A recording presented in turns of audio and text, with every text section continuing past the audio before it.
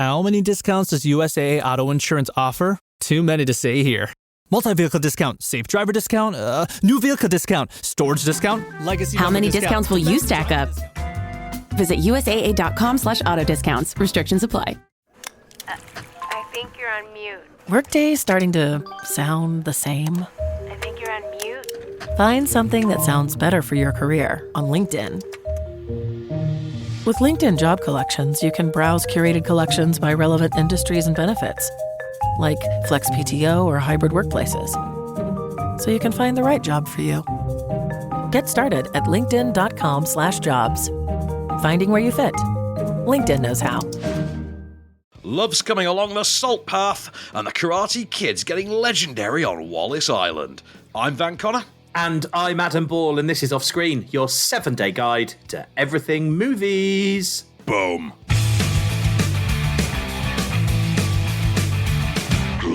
Hello and welcome back to Off Screen for another week. We have loads of great movies to talk about. A little bit later, we're going to talk about The Salt Path, Along Came Love, Karate Kid Legends, and in a moment, The Ballad of Wallis Island. But as always, we are going to start with the box office top 10. So, Van, let's have a look at how movies have been doing over the last week. In short, not bad. I think the box office is pretty alive and kicking at the moment, Mr. Ball. Hello, by the way. Have you had a nice week? Yes, a short week after the bank holiday. Who doesn't love a bank holiday? I know, right? It really just feels, it throws you off your axis, doesn't it? You go into Tuesday thinking it's Monday and, oh God, whole thing. Right, so at the box office this week. I mean, first three on this I haven't seen, full disclosure. Number 10, Naudivetta. Not a clue what that is. So, no. Sure. I mean, given the amount of money it's made, like 43 grand. I don't think it's a huge crowd pleaser, so okay. Number 9, Bluey at the cinema. Again, I have never seen an episode of Bluey. I don't know about Bluey. I don't know what Bluey sounds like. I don't know who the characters are. I don't get to see my nephew very often because family drama. So, you know what I mean? I don't really get exposed to Bluey. Number 8, Ocean with David Attenborough. I'm sure it's amazing. Was not pressure, though. And number 7, on its 8th week of release. And this is now on digital. Right? I know you've seen it. I know your son's seen it several times now, as far as I know. So currently it's now raked in 55.8 million quid. In the past weekend alone, it made £250,000, despite the fact that it's now on digital. It's on digital and it's still pulling in £250,000. Now, you tell me the box office is suffering when that's the case. So, so is it on digital as well as in the cinema at the same time, or do they take it out the cinema? No, it's still in cinemas whilst it's on digital. Yeah, what's the point in that? I guess for the option, really. But have you've seen it now, haven't you? What did you think of it? You loved it, didn't you? I absolutely loved it, honestly. I mean, I'm a massive Jack Black fan anyway, but you know, and so I was dubious. No, I don't know. I've always liked him, and I was dubious because Minecraft, my son plays it, but I've never really been a massive Minecraft fan. I just thought the movie flowed really well. It was really funny. And, the character that, what's his name? The big muscly guy is in it. Jason Momoa. That's the guy. The character he plays, I really loved. And I thought it was a nice change because actually he played usually plays a bit of a meathead, doesn't he? Yeah, whereas he's a bit of a softie and a bit slow and a bit silly. And I thought it was great. Yeah, I really loved it. There's a meme I saw about Minecraft movie that says, at one point in the movie, Jason Momoa tells the little kid that he's never had a friend before. Yeah. This is a reference to real life Minecraft YouTubers who also don't have friends. Which kind of stuck with me. Probably true. Probably. Number 6 weeks on release. I loved this movie. It's such a good time, so well made. It's maybe not the most original thing in the world. It's Sinners. And this hits digital on Monday, incidentally. Yeah. So, you know what I mean? The turnaround on these things is actually a lot quicker than it used to be. So Sinners has been out 6 weeks. Minecraft has been out for 8. Minecraft is already on digital. Sinners is this next week on digital. So clearly the Warner Brothers turnaround now is roughly 7 weeks. 6 to 8 weeks is the Warner Brothers window now for streaming, for being able to see things at home. So, bear that in mind then when you're planning future, should I wait for streaming? Warner Brothers, clearly it's about 6 to 8 weeks. Universal, it's a month. Warner Brothers, 6 to 8 weeks. Disney, Now 10 to 12 seems to be the Wow. 10 weeks seems to be the Disney window. But Sinners at number 6, currently at 15 million quid, just a hair over 15 million quid. Number 5, it's the New Avengers / Thunderbolts Asterix, which has closed out its box office run. Apparently, they're closing out the box office with 355 million on a 170 budget, which is not good, to be really honest. That's very not good. Remember, the rule is it's 2.5 times the budget before you are generally entering profit. So, could you just briefly explain why that is? Once you factor in marketing costs and things like that, it generally tends to be 2.5 times. So it has to be, you basically take the figure that is the budget, multiply it by 2.5.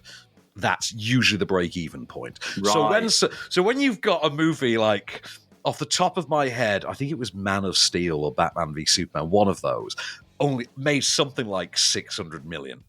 And the whole thing at the time was, everyone was going, oh, it's a rousing success. This was all the DC dweebs going, oh, it's made so much money. And you're like, it's not entered profit, buddy. I wouldn't get your hopes up just yet. If it was an original film that wasn't part of a franchise, there ain't ever a sequel getting made to that. You know what I mean? Like, if it ain't making a profit, it ain't getting a sequel. That's generally the rule. And that, incidentally, is why the DCEU no longer exists. That and the fact that it was crap. Number 4, it was, let's be honest about it, it was crap. It's over now, so all you Snyder nerds can just start admitting it to yourself. Just, honestly, you'll feel better about yourselves if you just admit it. Just admit that those films are rubbish, and I promise that night, that'll be the best night's sleep you ever have. And then move on. Move on with your life. We've got a new Superman in 5 weeks, and it looks amazing. Can't wait. So, number 4. Didn't get to see this. This is Wes Anderson's new film. If I'm really honest, I'm not in a hurry to see this because it's Wes Anderson's new film. It's the Phoenician Scheme, it's called. This made 770 grand in its opening weekend, which, that should tell you how much the general public actually give AF about Wes Anderson. It's nice to know people agree with me. Number 3, and this is third week on release, just a hair under 7 million quid in total. Made 1.6 this past weekend. It's Final Destination Bloodlines. Oh, that's where it's at, son. This is how you do a good old-fashioned slasher flick. I'd like to see that in 4DX, actually. Yes, same. I would very much like to see this in 4DX, and I don't think it was an option. They did make a big deal out of it being in IMAX, though, because it's the 25th anniversary. I'm picking up the pace. I know we've got to talk about a film yet. Number 2. £8.5 million, 2 weeks on release. It is, in fact, Mission Impossible, The Final Reckoning. Is it The Final Reckoning? We don't really know. We shall find out. Probably not. Yes. We'll find out in about 12 months, I reckon. And number 1 with a bullet, now on its second week of release, £9.5 million total to date. It is the live-action adaptation of Lilo and Stitch. I think it gets called 2 weeks as it came out on the Wednesday last week. So that technically counts as a week, like Wednesday and Thursday count as they either count as the week before or the opening weekend, depending on who you ask. So clearly the Film Distributors Association thinks it's the week before. Whichever way it boosts the figures is the way they'll do it. Exactly that. That's why Mission Impossible is listed as 2 weeks, despite the fact that it came out on the same day. Anyway, what have we got to talk about first then, sir? Exactly right. Well, let's dive into our first movie, as it's listed, quirky comedy, The Ballad of Wallis Island. And it sounds like you agree with it being a quirky comedy. I would describe it as quirky, definitely. So, do you know Tim Key at all? Do you know who Tim Key is? No idea who that is. Tim Key is a poet / comedian who went into radio at some point because, full disclosure, I have worked with him. Like, I have done film reviews and film discussions on, I think, Talk Radio with Tim Key 7 or 8 years ago. I did a few times with him. And I found him a very pleasant man, actually. I knew his work from Screenwipe with Charlie Brooker. He did a couple of contributions to Charlie Brooker's shows. A very funny guy. Very deadpan. Bit quirky, as you say. So this is where the quirk comes in. He stars here in a film he has co-written with the other male lead. As I say, the three leads, it's Tim Key, Tom Basden, and Kerry Mulligan. So Tim Key and Tom Basden have written the film as well as starring in it. Directorial duties go over to James Griffiths. And Key plays a lottery winner, an eccentric lottery winner who lives on a remote island, who, having nothing to do with his time on this, this remote island, and being a bit of a loner, sort of outcast and outsider himself, spends his money to reunite his favourite band. A double act played by Basden and Mulligan, who have been estranged, have split up, haven't talked in years, and he invites them separately to the island to play a private gig. He tells them for less than 100 people. Spoiler alert, one is less than 100. That's all. I mean, you're going to get that in the clip in a minute, because the clip is from the first 5 minutes of the film.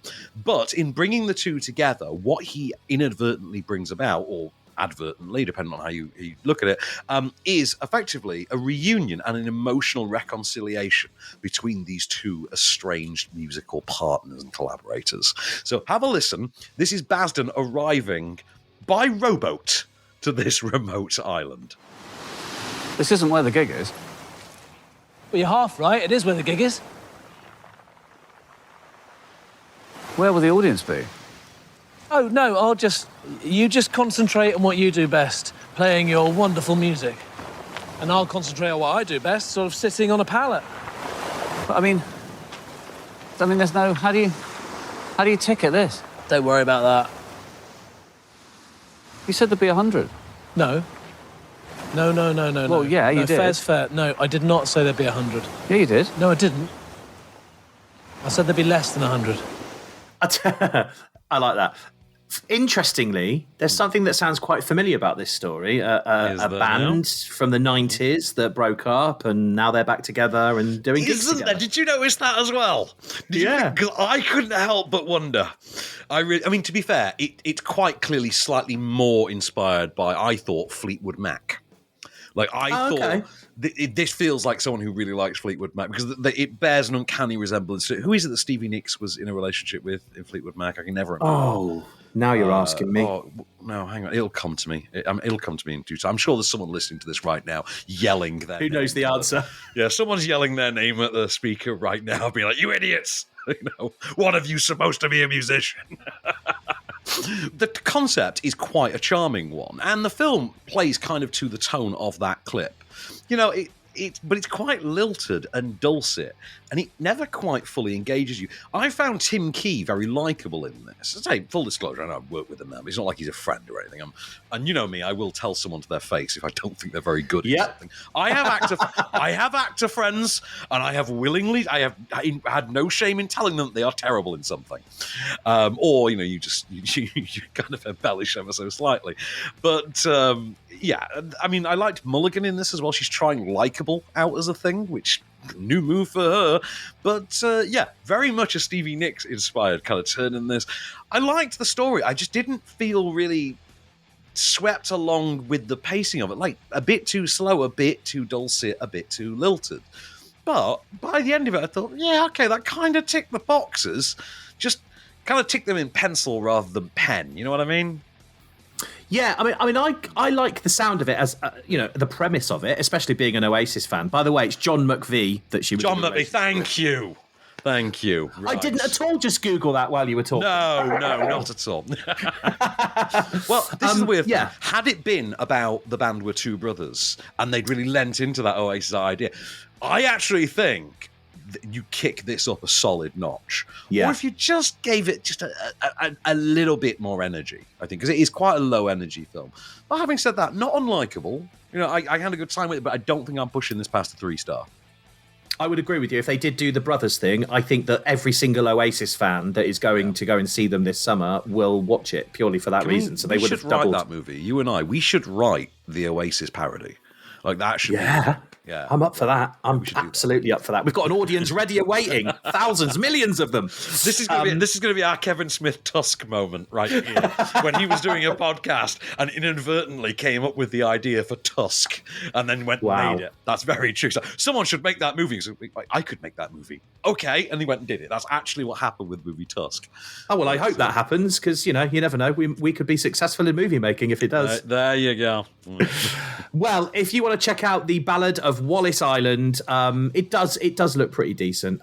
All you need to do is check it out in the cinemas. It's out from today. So next, next is the big one that I really want to hear about this week. We're going to see what Van thought of Karate Kid Legends. Stay where you are. This episode is brought to you by Tic Tac. Summer tastes like Tic Tac. Tantalize your taste buds this sunny season with citrus adventure and orange. 2 everyday flavors that bring summer in every. Tic Tac Citrus Adventure is a yummy, vibrant medley of lemon, lime, and mandarin. And Tic Tac Orange is the perfect mix of tangy and sweet. Visit us at Tic Tac USA on social to refresh your summer with Tic Tac. Whatever the occasion, effortless elegance is right this way. Because Hilton brings you new ways to stay courtesy of the Nomad London. And it doesn't stop at award-winning dining in a space draped in velvet and illuminated by vintage chandeliers. No, this day goes beyond with unparalleled personalized service and attentive hospitality. Oh, and did we mention the Nomad London can be booked using your Hilton Honors points at Hilton.com? Hilton, for the stay.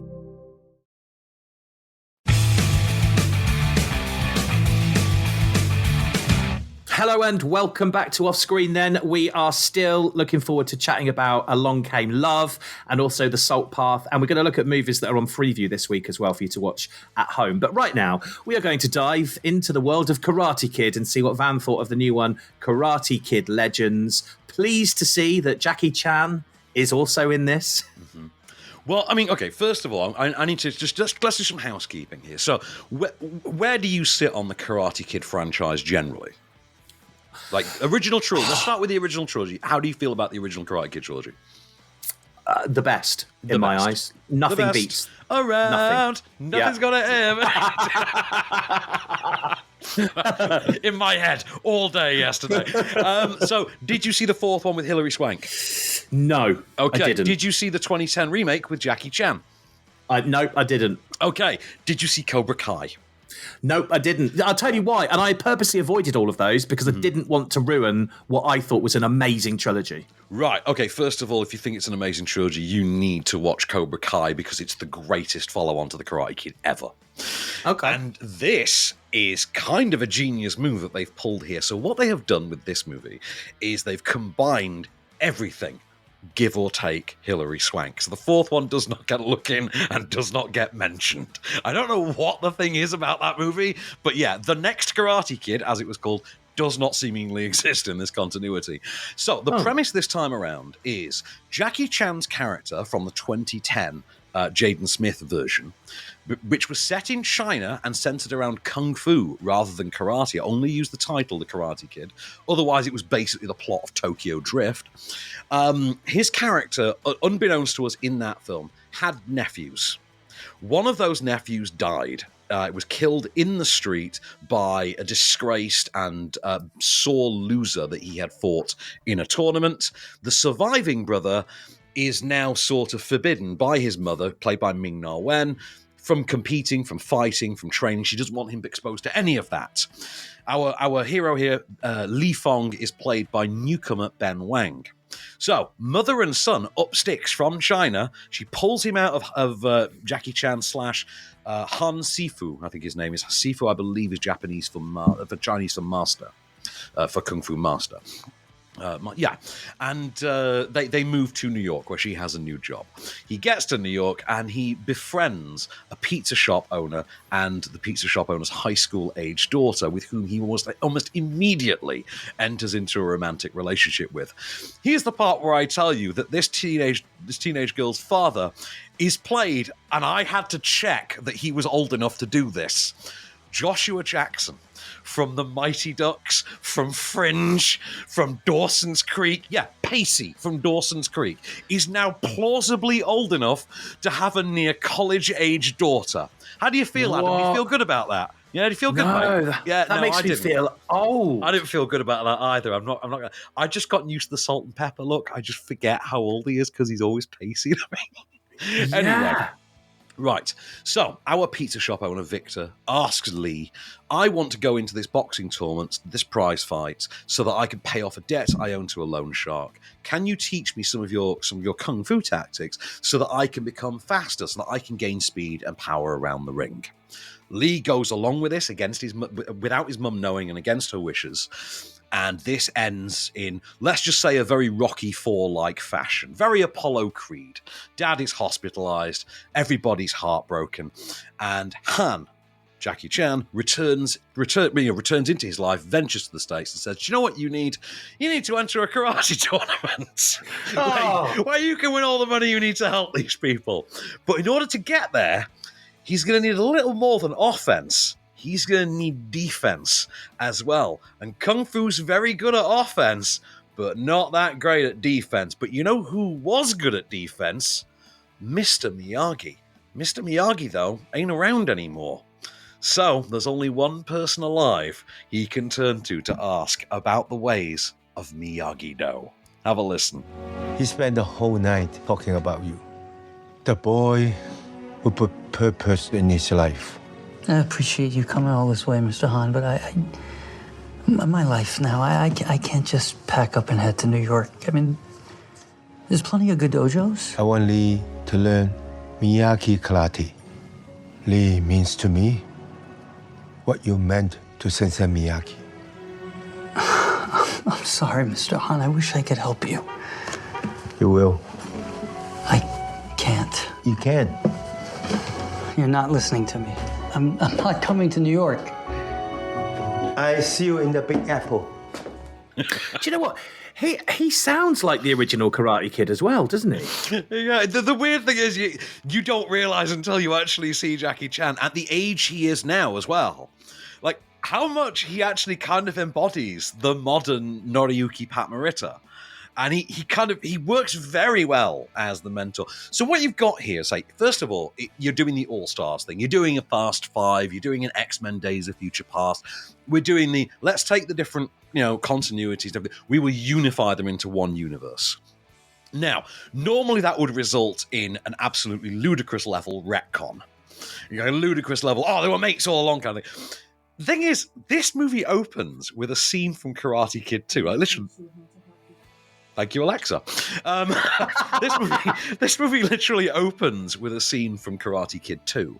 Like, at the very beginning, it opens in Okinawa in 1986 with the scene in the Miyagi Dojo in Japan, in which Miyagi tells Daniel about the history of his family. And there's a very specific bit of that family history in which Miyagi's grandfather had gone to China and learnt Kung Fu and then incorporated it into what became Miyagi-Do.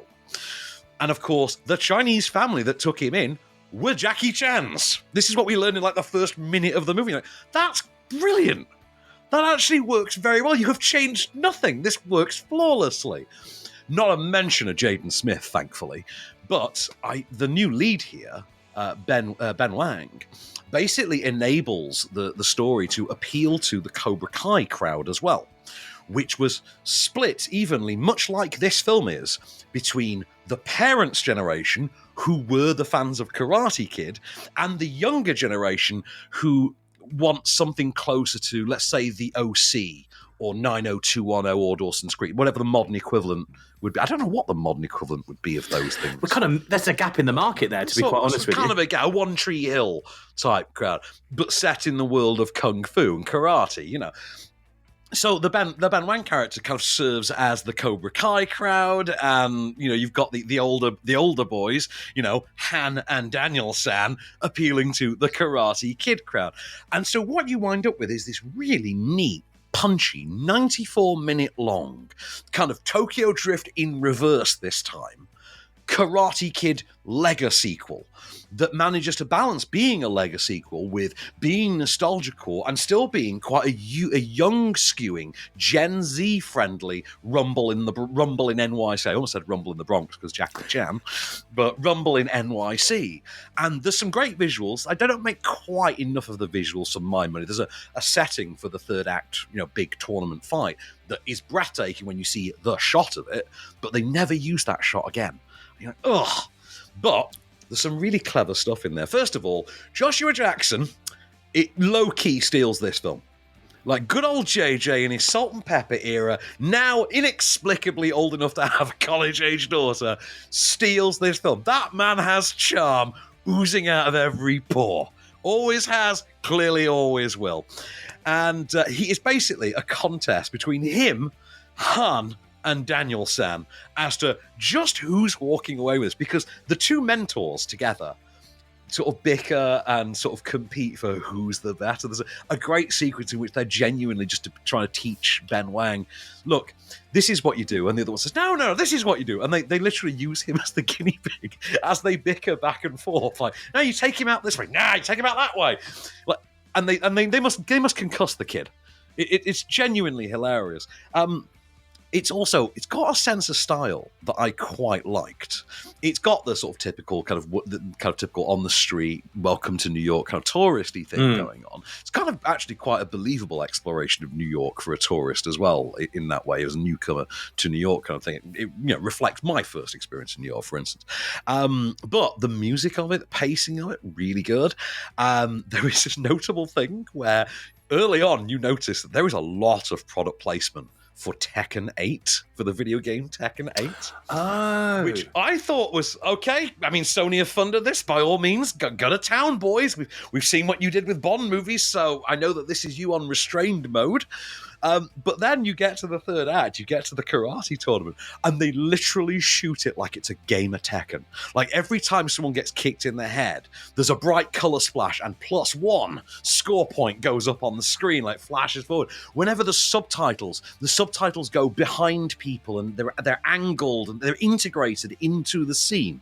It's really slick and really well done. I mean, the subtitle thing is clearly nicked from Man on Fire, but it works, it fits the pace, it fits the style. I came out of this, and I was genuinely shocked to learn that not one person that I knew and spoke to, not one person disliked this film. Everybody had a banging time. We all loved this. Well, I'd watch that again. Like, that was just a really fun 90-minute, here's the thing you love, let's just carry it on. Well, we're not reinventing the wheel. We're just gonna give you a new generation. Okay, we already did that for 6 seasons of Cobra Kai, but you know what? Here's another new generation, and it works. It is differentiated enough from Cobra Kai that it doesn't feel like a retread. It's differentiated enough from the originals that, again, that doesn't feel like a retread. And I think it's got cross-generational appeal in that, let's say your son was 6 years older.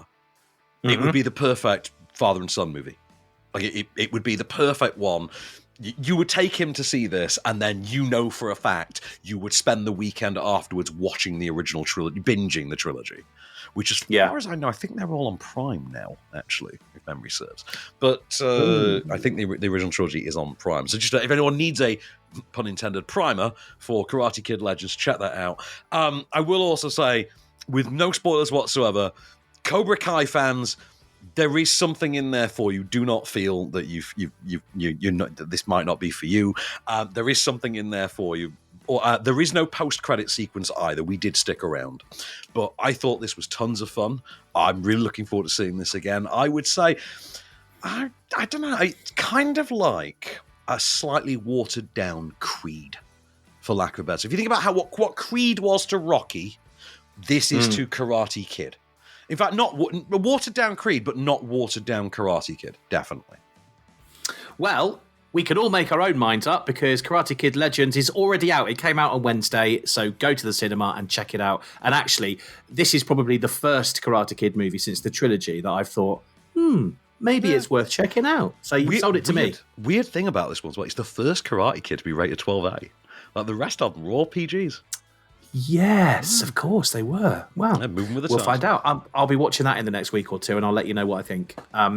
Still to come then, we've got Along Came Love, The Salt Path, and next we're going to check out the movies that are on Freeview this week that you can watch from the comfort of your own home. Stay where you are.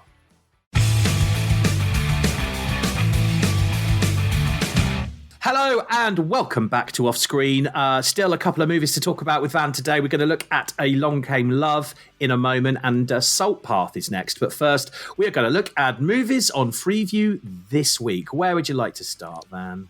Right, so I'm going to try and get through this in 5 minutes or less this week, buck the trend. So, tonight, 11:20 on Film 4. It's a Shyamalan, well, not a classic, definitely.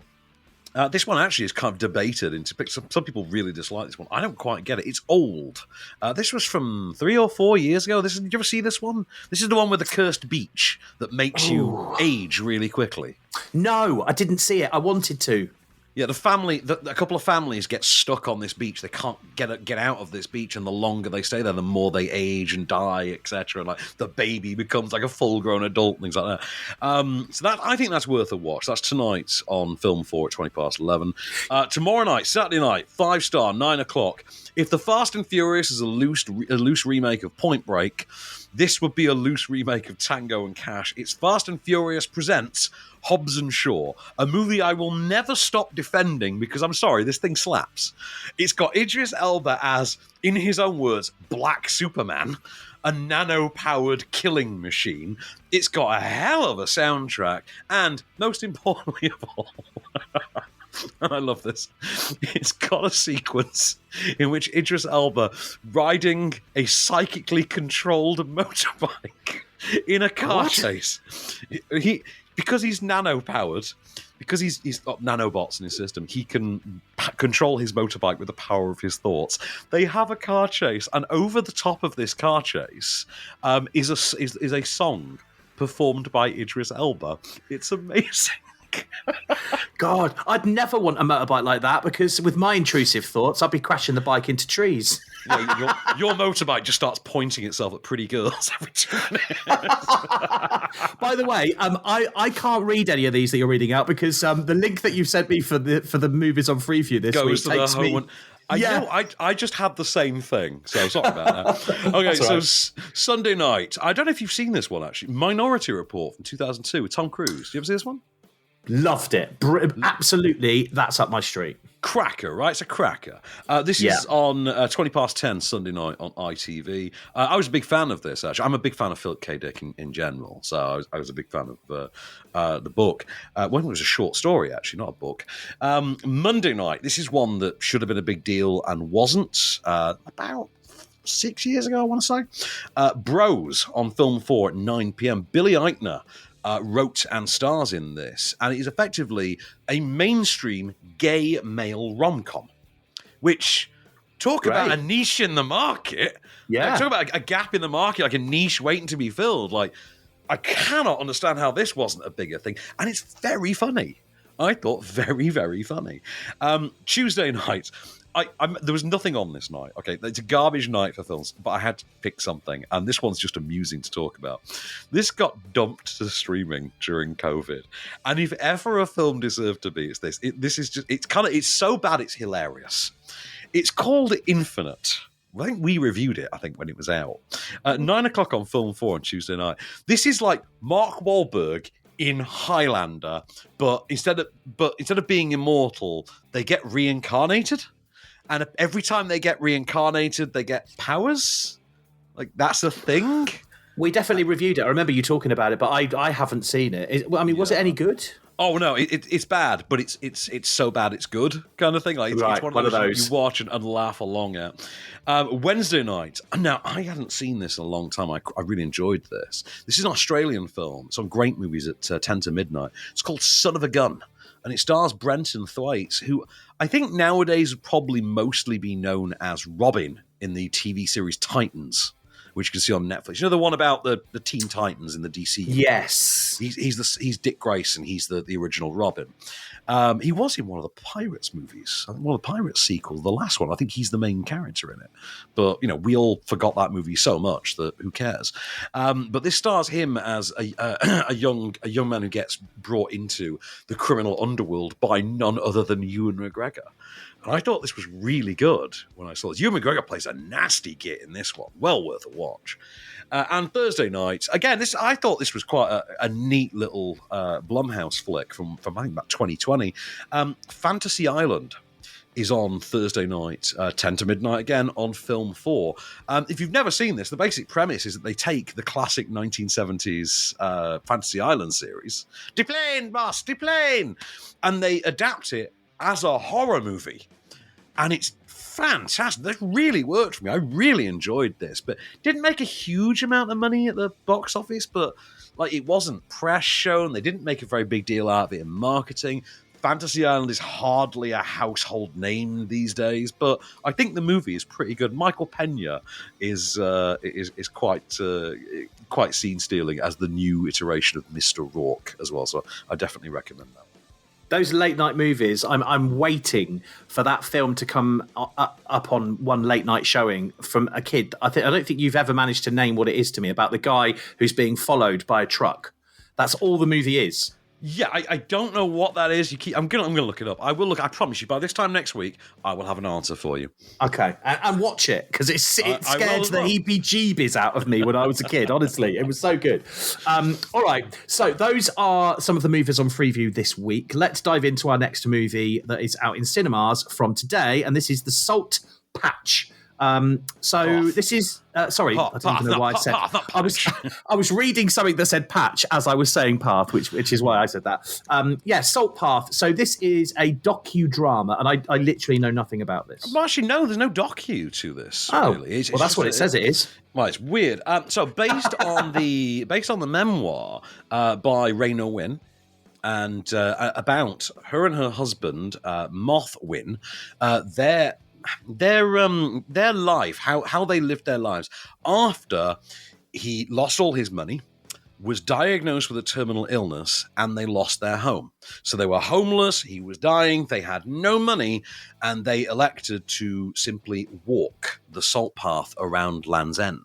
All the way down to Land's End. I think it's 600 miles they walk, literally sleeping in a tent. And it is this, slice of life, true to reality. Here is, the desperation of the circumstance story of this couple as they simply wander these hills and beaches in a little tent. They put this little tent up at night, desperately trying to make it to the next stop where they can top up their, their 2-liter water bottles that they've got, things like that.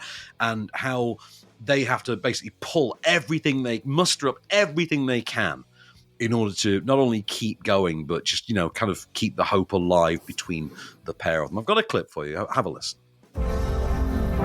What is it? 500 miles? More like 600.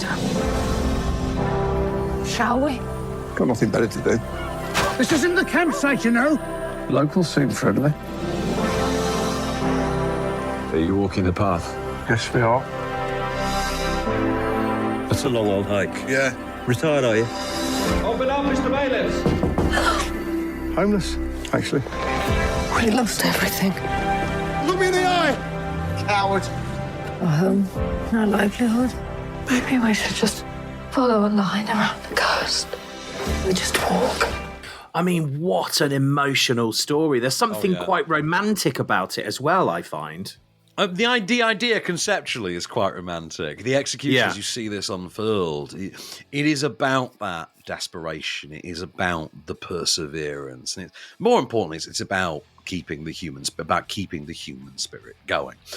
It's heartbreaking. It's absolutely heartbreaking. I've known people who've gone through this exact kind of circle, have been homeless and lived in tents, kind of thing, and it's a really heart-wrenching kind of take on that. At the centre of it, obviously, are the two performances, and because bear in mind as well, they are middle-aged parents. They have grown children who, they're off living their own lives, kind of thing. And they try to keep as much of this as they can, from their family and friends. They have friends who can take them in when they can, kind of thing, and do odd jobs here and there. But it is about the performances at the centre of it from Jason Isaacs and Gillian Anderson. Obviously, Anderson is leaning heavily into the British accent here. And this is more of a regional twang that I'm used to hearing from Jason Isaacs as well. But oh, wow. It's a really beautiful film. A really heartbreaking, moving, beautiful drama about this couple. It's not really a huge cast. There's James Lance and Hermione Norris turn up in it as well. But it's largely about the couple. And it's a film that will stick with you.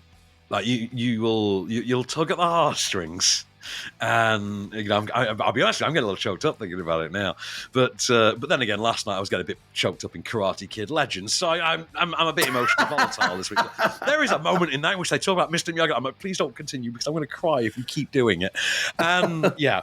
But yeah, this I found this really affecting. I found this really moving, really just heartfelt and sincere. It's directed by, what's the name now? It's Marianne Elliott, who was a theatre director who brought Warhorse to the stage. You know the big production of Warhorse, where we had the big wooden horse? She's the director that did that. Oh, wow. Yeah. So clearly, still capable of some really impressive things. Again, the use of location, because obviously this has to have been filmed in location for somewhat obvious reasons. The use of the location, the environment, the space, the atmosphere, it's fantastic. I really enjoyed this. I cannot recommend highly enough that you see this. But I will say, just maybe take a little pack of tissues with you if you do. Well, I'm just going to say I'm going to be a mess watching this anyway, because ever since becoming a dad, like emotions are already 70% higher than they were before I was a parent. So goodness knows what'll happen. I know I'll be crying along to it though. The Salt Path out in cinemas from today. If you want to dive into that one and watch and cry as well, by the sounds of it. Right, we have one more ride for you, one more movie to talk about. Along Came Love. We'll see what Van thought to that next. Are your business expenses playing hide and seek? With Uber for Business, the small spends that slip through the cracks, like rides and meals, go right where you need them. Because it integrates with leading expense platforms, you can say goodbye to surprise costs, missing dollars, or chasing receipts. Everything's track downable. Uber for Business. Make small steps that make a big impact. Learn more at uber.com/small steps. The new McCrispy Strip is here. Dip approved by ketchup, tangy barbecue, honey mustard, Sprite, McFlurry, Big Mac sauce, double dipped in buffalo and ranch, more ranch, and creamy chili McCrispy Strip Dip. Now at McDonald's. Ba-da-ba-ba-ba.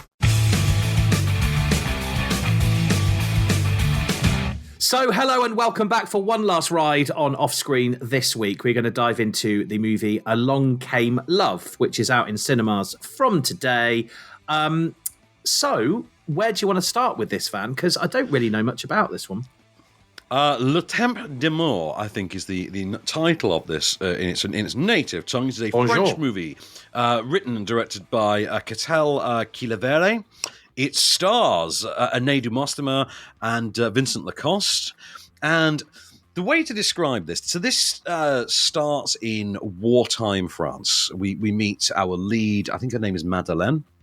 Is it? Madeleine. We meet, having experienced obvious mistreatment at the hands of the Nazis, one of whom she entered into a brief love affair with and conceived a child. Flash forward years later, when she sort of recovered from the trauma of that, her son is now a few years old, and she's living as a single mum, and she meets Francois, a young man that she forms a connection with, who, takes a shine to her son and her. Before long, they are married, and a new life has begun.